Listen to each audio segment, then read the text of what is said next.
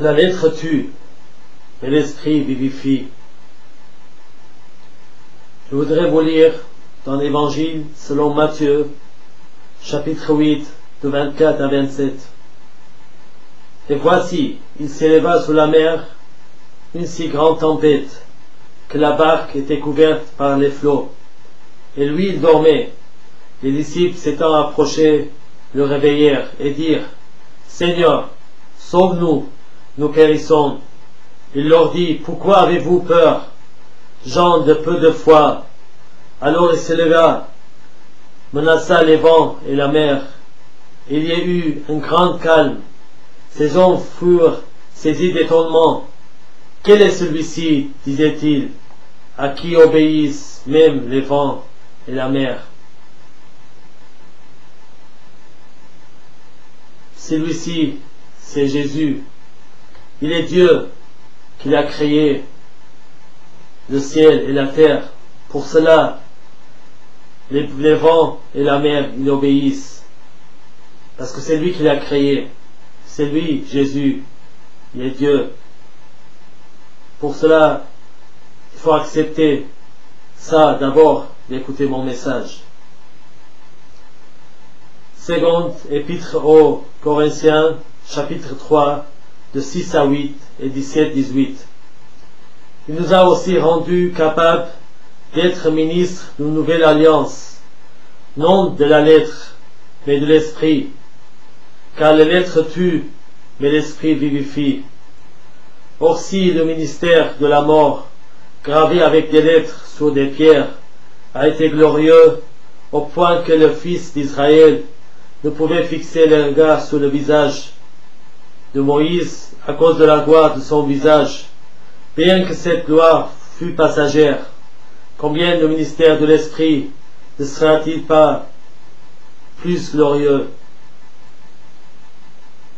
Or, le Seigneur c'est l'Esprit, et là où est l'Esprit du Seigneur, là est la liberté. Nous tous qui, le visage découvert, contemplons comme dans un miroir la gloire du Seigneur, nous sommes transformés en la même image, de gloire en gloire, comme par le Seigneur l'Esprit. La lettre tue. Dieu il a donné le commandement, 10 commandements à Moïse. Il a descendu. Il a donné au peuple. Dieu, il a mis des lois.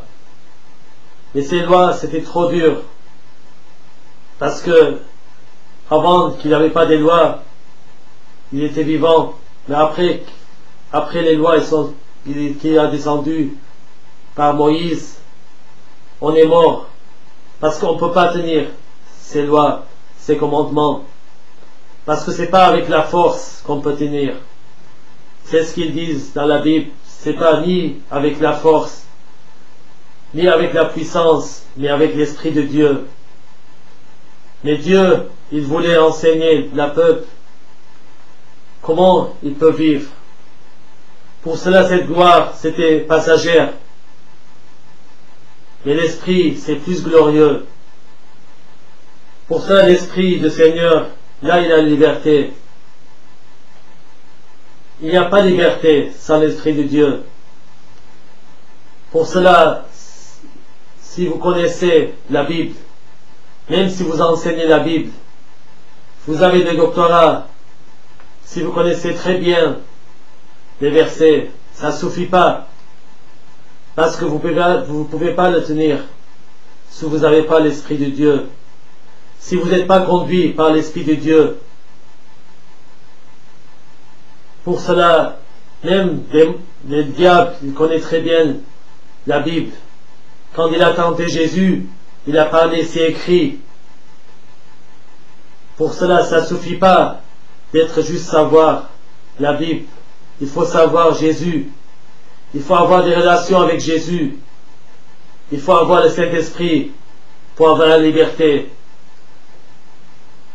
Les commandements, les lois, ils nous rendent esclaves. Mais l'Esprit, il nous donne la liberté.